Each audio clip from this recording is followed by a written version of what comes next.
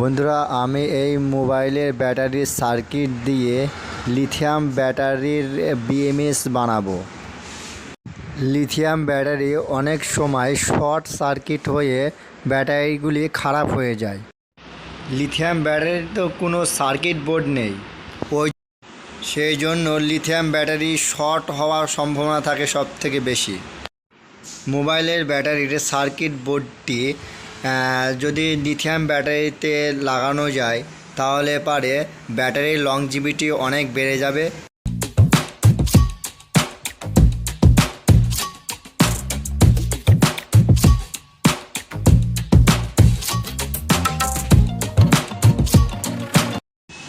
Battery থেকে circuit বোর্ডটি খুলে নেব।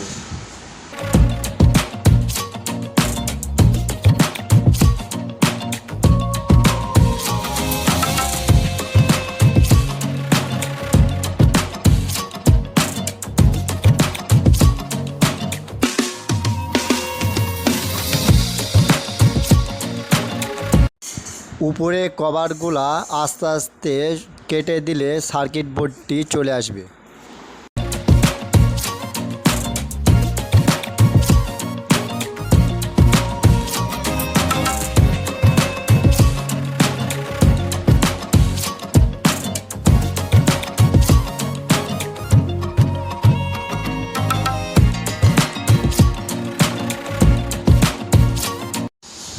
এবং এই সার্কিট বোর্ডে যেখানে বি প্লাস এবং বি মাইনাস যেখানটায় লেখা থাকবে সেখানে লিথিয়াম ব্যাটারির প্লাস এবং মাইনাস তারটি ঝালাই করতে হবে। ব্যাটারি থেকে ইনপুট এবং আউটপুট নেওয়ার জন্য তিনখানা পিন আছে। এই তিনখানা পিনের ভিতরে ফার্স্ট পিনটি হচ্ছে প্লাস এবং লাস্ট পিনটি হচ্ছে মাইনাস।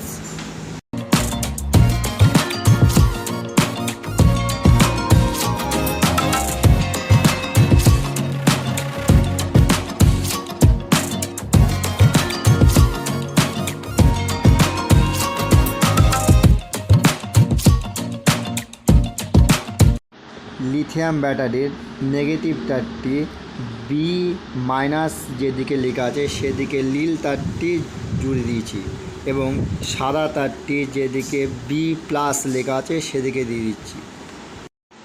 মাল্টিমিটার দিয়ে দেখে নেব নেগেটিভ তারটি কমন আছে কিনা, কিন্তু নেগেটিভ তারটি কমন থাকে।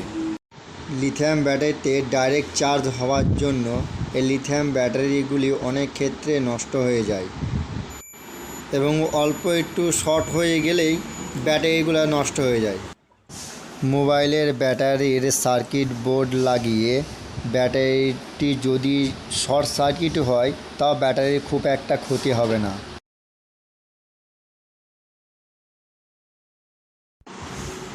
এখান থেকে আউটপুট এবং ইনপুট দুটোই নেব।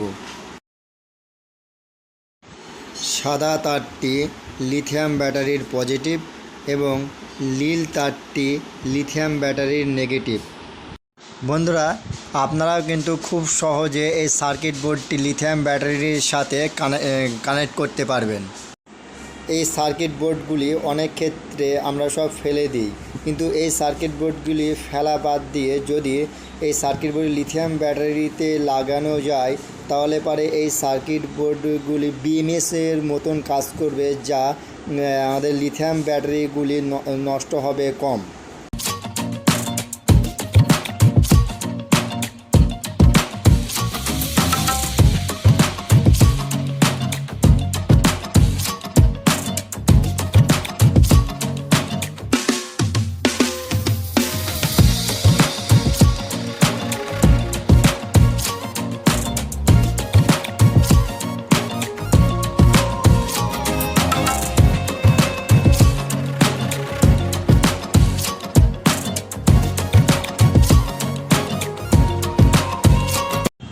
মাল্টিমিটার দিয়ে দেখে নেব ভোল্টেজটি ঠিকঠাক আসছে কিনা।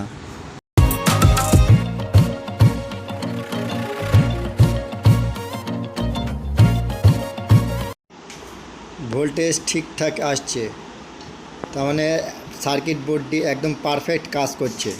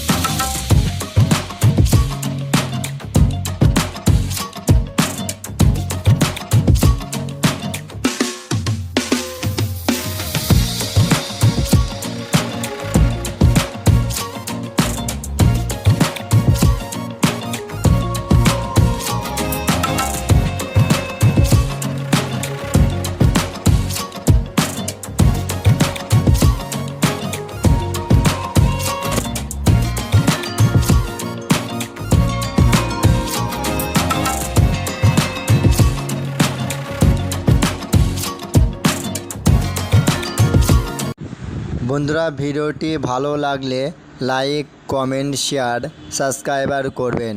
Thank you very much.